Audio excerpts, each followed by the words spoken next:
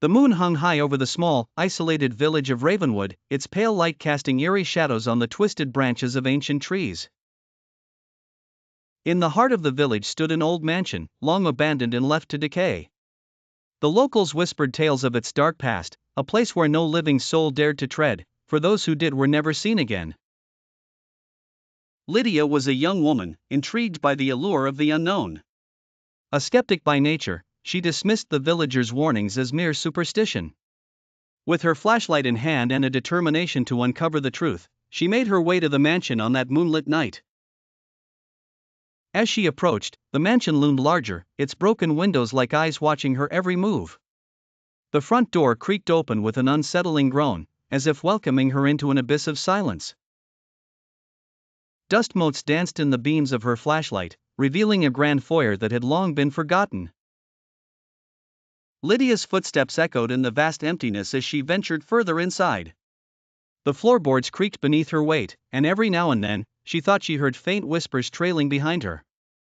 She brushed it off as the wind, her mind playing tricks on her. But the deeper she went, the stronger the presence of something unseen grew. In one of the rooms, she found an old dusty mirror. As she wiped away the grime, her reflection stared back at her, but something was off. Her reflection's smile was twisted, and its eyes glinted with malice. Startled, she stepped back, and the image in the mirror did the same, but not quite in sync with her movements.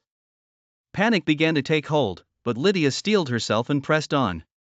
She climbed the grand staircase to the second floor, each step feeling heavier than the last.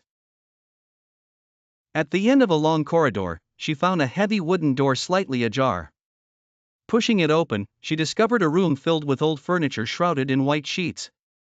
In the center of the room sat an old piano, its keys yellowed and untouched for decades. Drawn by an inexplicable urge, she lifted the lid and pressed a key. A haunting, discordant note filled the air, reverberating through the halls. Suddenly, the sheets on the furniture began to move, as if something beneath was trying to break free. Lydia's heart raced as she backed away, her flashlight flickering. The whispers grew louder, now unmistakably voices calling her name. She turned to flee, but the corridor seemed to stretch endlessly, the mansion's layout warping and shifting. She found herself back in the grand foyer, but something had changed. The air was thick with a palpable sense of dread. The front door was gone, replaced by an impenetrable wall. Desperation clawed at her as she frantically searched for an escape. From the shadows emerged a figure, cloaked in darkness, its form almost human but distorted and wrong. It reached out a hand towards her, fingers elongating unnaturally. Frozen in terror, Lydia could only watch as it drew closer, its eyes gleaming with an otherworldly light. And then, just as it was about to touch her, everything went black. Lydia awoke in her bed, drenched in sweat, the morning sun filtering through her window. It had all been a nightmare. Or had it? As she sat up, her heart still pounding, she noticed something on her nightstand, an old, yellowed key, identical to the one she had seen in the mansion.